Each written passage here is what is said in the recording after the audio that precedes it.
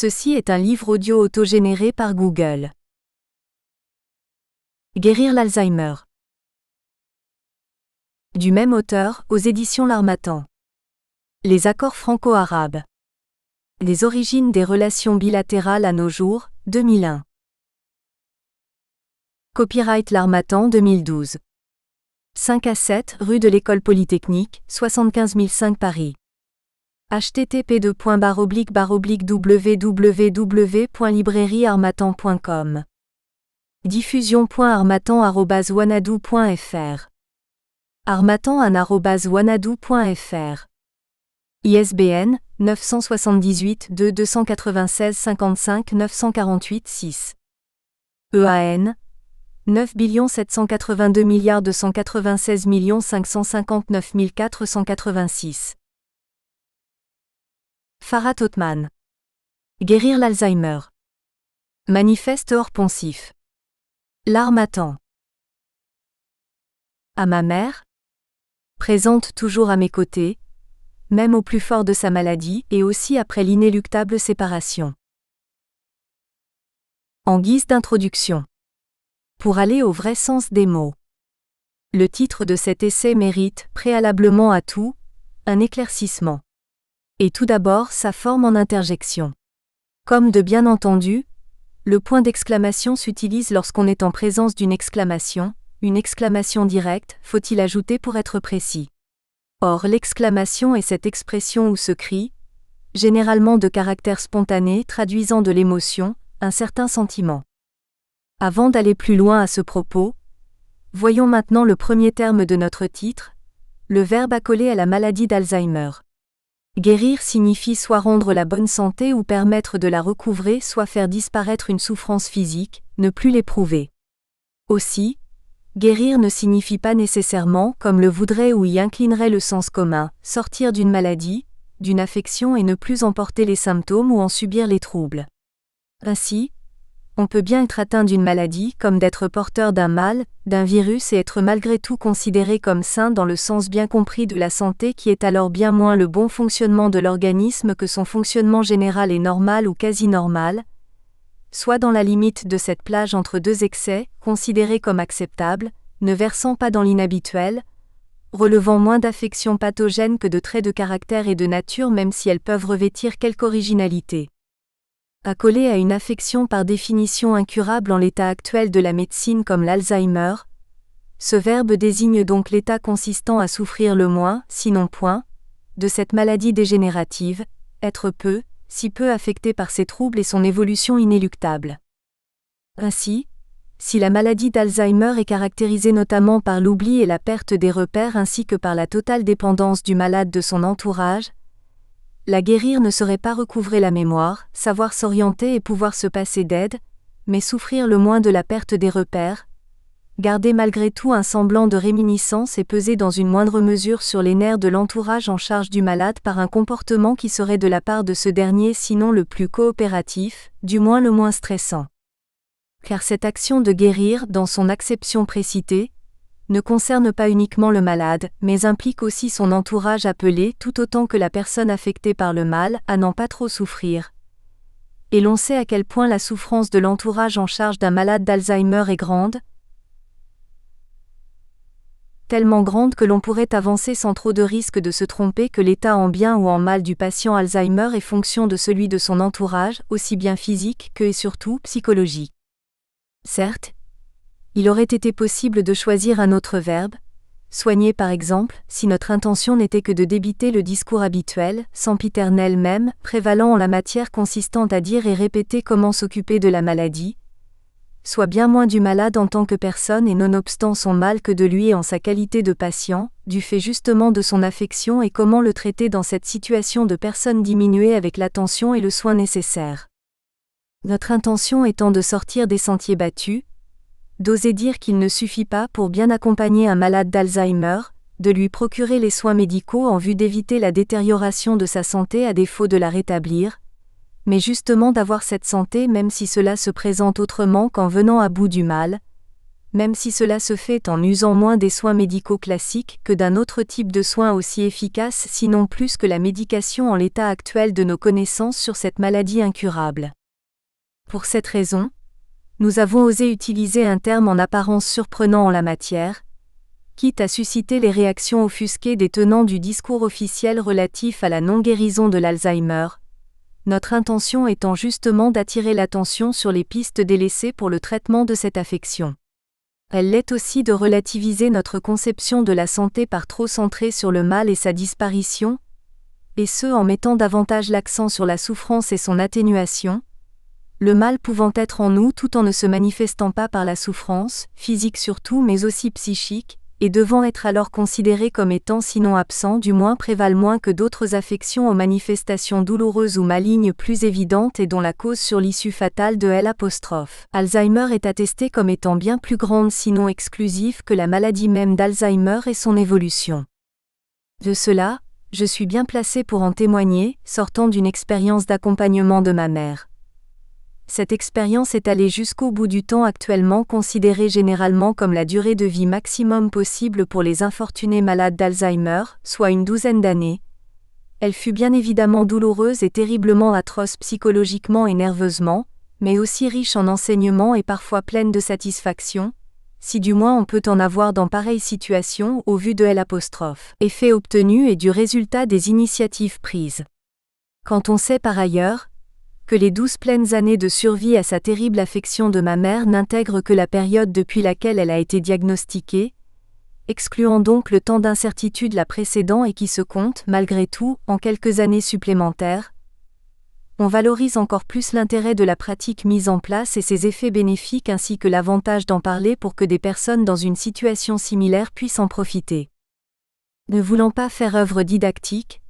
d'autres l'ont fait ou le feront, et ne cherchant rien d'autre que de livrer une expérience aux fins de témoignage en vue d'une contribution à aider les personnes confrontées à cette terrible maladie à mieux la gérer et pour celles qui en sont atteintes,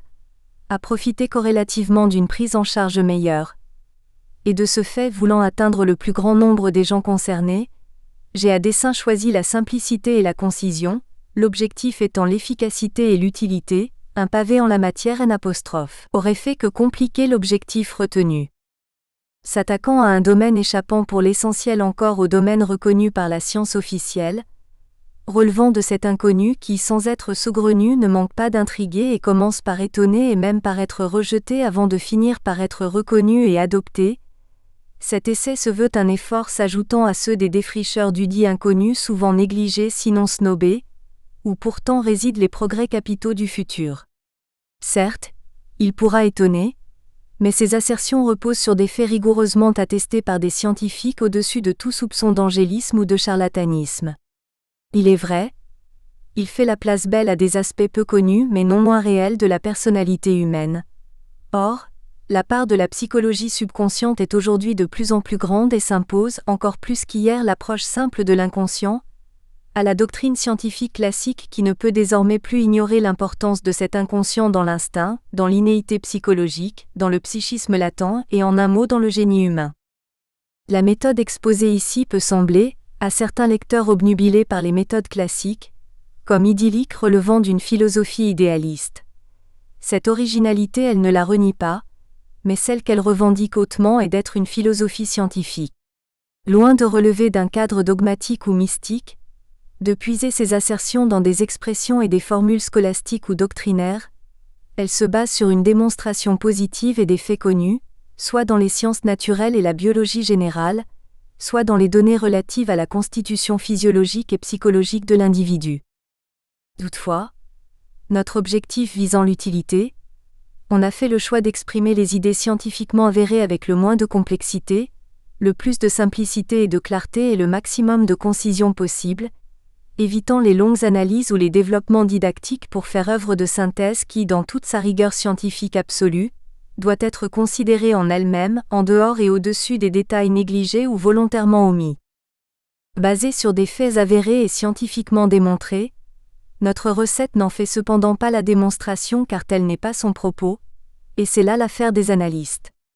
Nous situons dans une perspective de recherche privilégiant une approche métaphorique plus suggestive que démonstrative, selon les termes de Michel Maffezoli,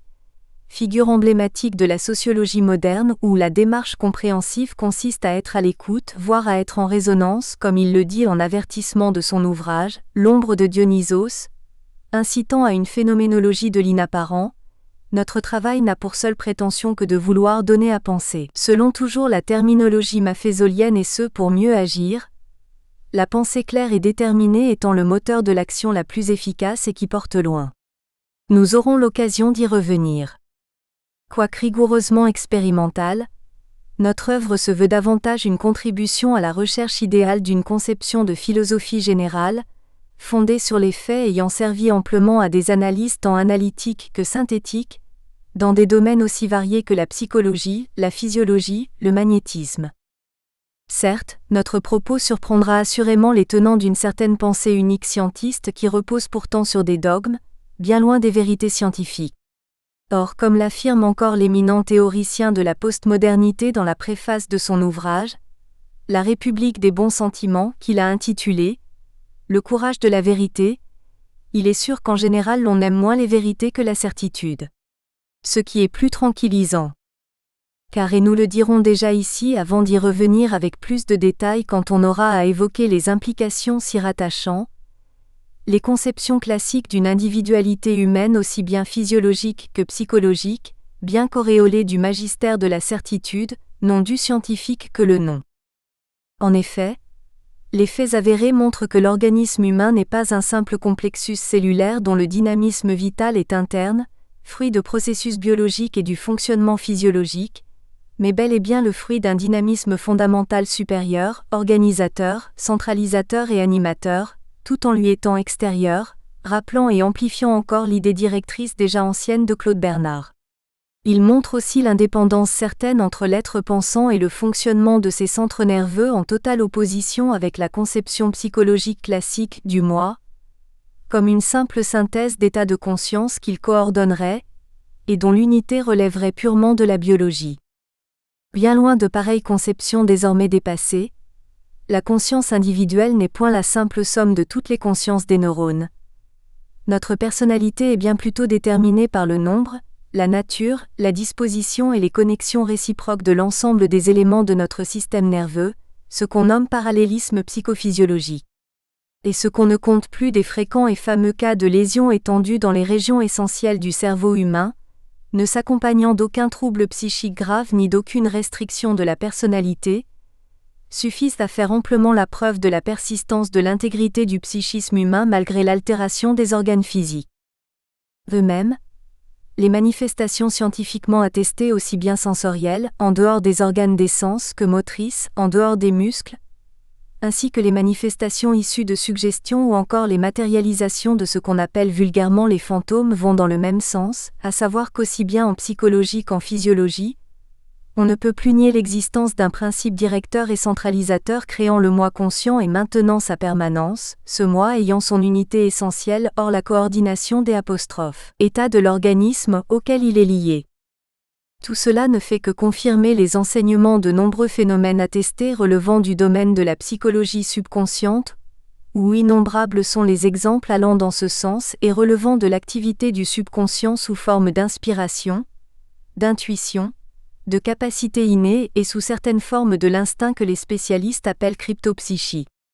D'autres aussi avérés, relevant du domaine de la mémoire subconsciente des acquis de l'être humain par son psychisme conscient, ressortissent chez lui en automatisme sensoriel, en vision et en sons vocaux, ou moteur par l'écriture mécanique et sous dictée typtologique ou enfin sous forme totale par la transe, que les spécialistes nomment cryptomnésie, sans parler encore de incarnation ou la personnification somnambulique et des différentes altérations de la personnalité sous forme de dédoublement et même de multiplication, qui ne sont ni d'origine traumatique ni pathologique, mais relèvent d'un subconscient supranormal. Dans tous ces cas, il ne s'agit que de constats rigoureusement scientifiques et d'avis d'experts qualifiés de la psychologie, et qui sont bien loin de la conception courante, continuant cependant à dominer les conceptions relatives à l'appréhension de la personnalité humaine, bien qu'elles représentent désormais la part la moins importante du psychisme individuel. Or cette psychologie ainsi que la physiologie supranormale constituent déjà un monde dont l'exploration scientifique est à peine commencée, qui sera grosse d'enseignements comme le sont déjà ces actions purement mentales se faisant en dehors de tout intermédiaire physique avec de spectaculaires résultats comme la lecture de pensées, constatée notamment dans des états hypnotiques et médiumniques, la suggestion mentale faite par un magnétiseur sur un sujet sous hypnose et s'effectuant de proximité ou à distance, ou la télépathie Q', elle soit spontanée ou expérimentale comme le pressentiment, la prémonition, la divination ou les apparitions et qui permettent de parler d'êtres subconscients. Des implications de tout cela et d'autres nouvelles avancées des connaissances humaines, il sera davantage question plus loin dans cet essai dont le but, la seule fin qu'il est en vue, rappelons-le, et d'être utile, faire œuvre profitable pour tous ceux et celles appelés à être confrontés au malheur qui fut le mien, qui est celui de nombre d'autres personnes et qui est appelé à encore se généraliser d'après les constats les plus sérieux, la maladie se développant de plus en plus et frappant même plus précocement. Car c'est ainsi que je vois ma vie, dans le service et l'utilité, une philosophie d'être et d'agir dont il sera longuement question en cet ouvrage car en résumant l'essence même. Aussi, dans ce but, quand cela a paru nécessaire, la redite n'a pas été dédaignée quand cela pouvait servir pour insister sur l'intérêt d'une question, forcer l'attention sur une remarque, marquer une insistance sur un aspect, le tout relevant autant de l'esprit de vulgarisation que de prêche. Et c'est ainsi aussi que je crois rendre un ultime hommage à ma mère à travers sa douloureuse expérience, qui n'aura pas ainsi souffert en vain et dont la souffrance aura été si riche en enseignements venant atténuer quelque peu celle d'autrui. Elle avait elle aussi ce grand cœur dispensateur de bienfaits, prompt à faire le bien autour d'elle.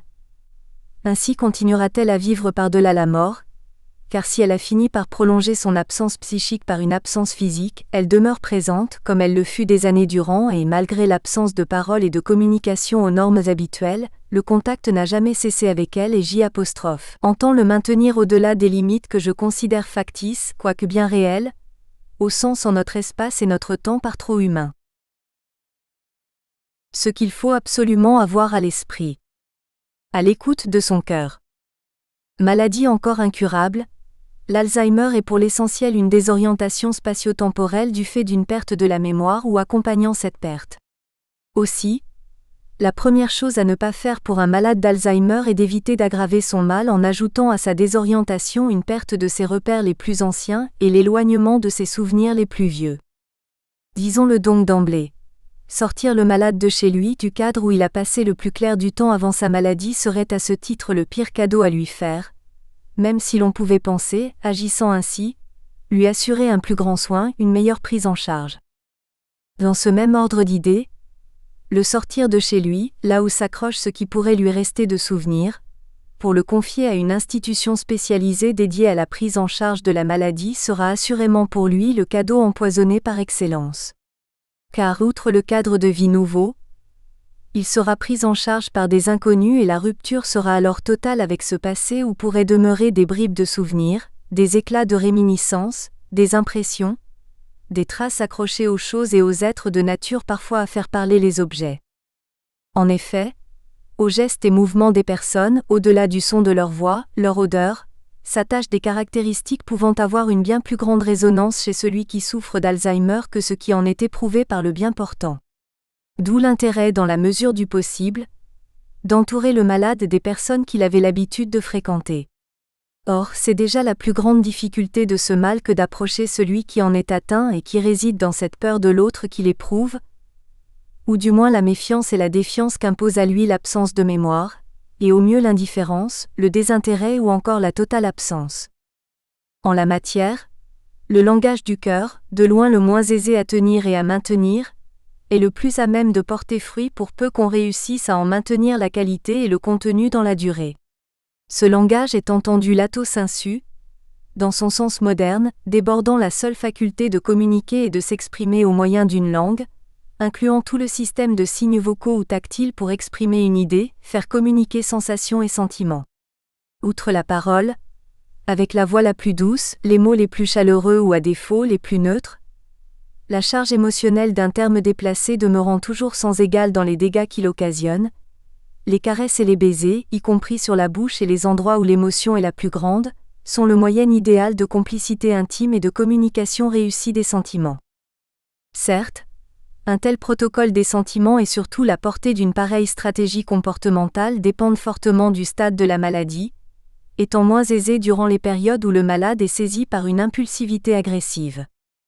De notoriété en effet,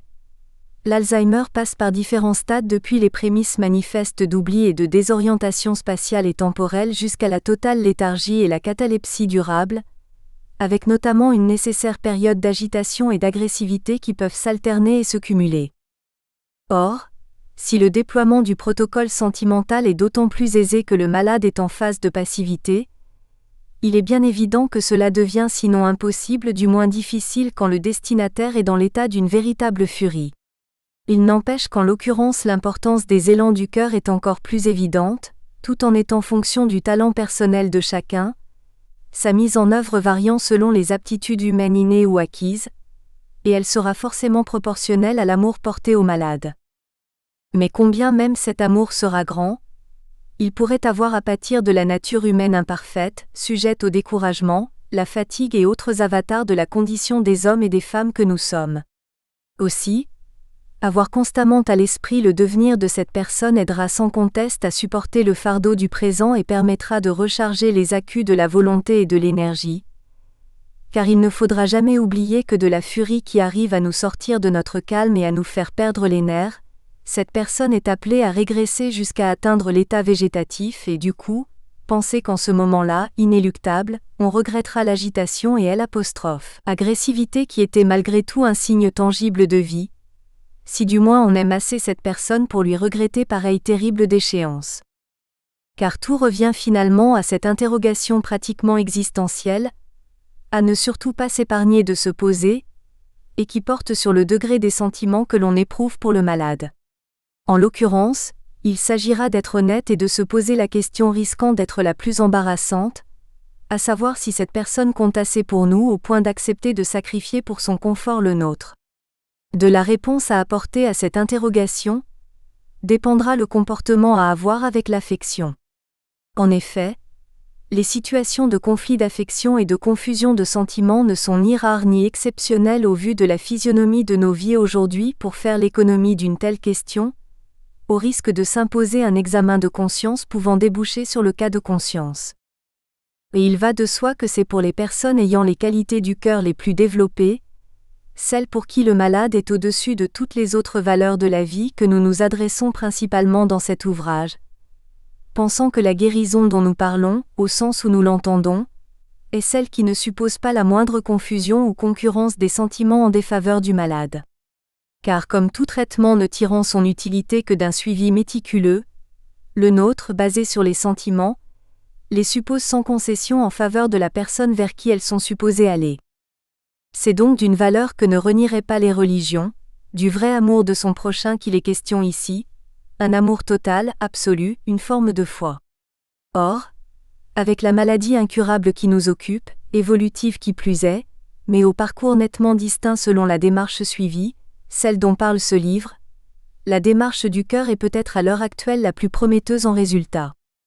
Bien mieux que cela et encore plus pour soi-même cette fois-ci, comme destinataire final de l'effort pour une fois, on pourra toujours se dire qu'outre l'intérêt évident pour le malade des efforts faits en maîtrise de ses émotions afin d'avoir du sang-froid et de la placidité dans toutes les circonstances, qu'il en est aussi attiré pour soi-même. Il est à ce propos un proverbe chinois, dont on retrouve au demeurant le contenu dans d'autres sagesses chez divers autres peuples et cultures, religieuses ou laïques, qui dit « Celui qui va jusqu'au bout de son cœur connaît sa nature, et connaître sa propre nature, c'est connaître le ciel. » Quel meilleur moyen donc que de faire d'une mission, un sacerdoce purement altruiste une action hautement profitable pour soi-même, au point que l'on serait redevable de la réussite de son propre travail sur soi à la personne prise en charge, d'autant que plus le poids de cette charge est grand et lourd à supporter en investissement tant physique que psychique, plus la connaissance de soi et la réalisation de l'unité de son être sera poussée à l'extrême. Pour cela, il est bien évidemment nécessaire de vouloir cette finalité et puis de savoir la mettre en œuvre comme une composante intrinsèque de l'action de prise en charge n'en faisant point un objet d'étude et d'analyse, susceptible de créer de la distance avec la personne concernée et gêner le déploiement des... Nous espérons que vous avez apprécié cet aperçu. Pour continuer à écouter ce livre audio sur Google Play Livres, utilisez le lien dans la description de la vidéo.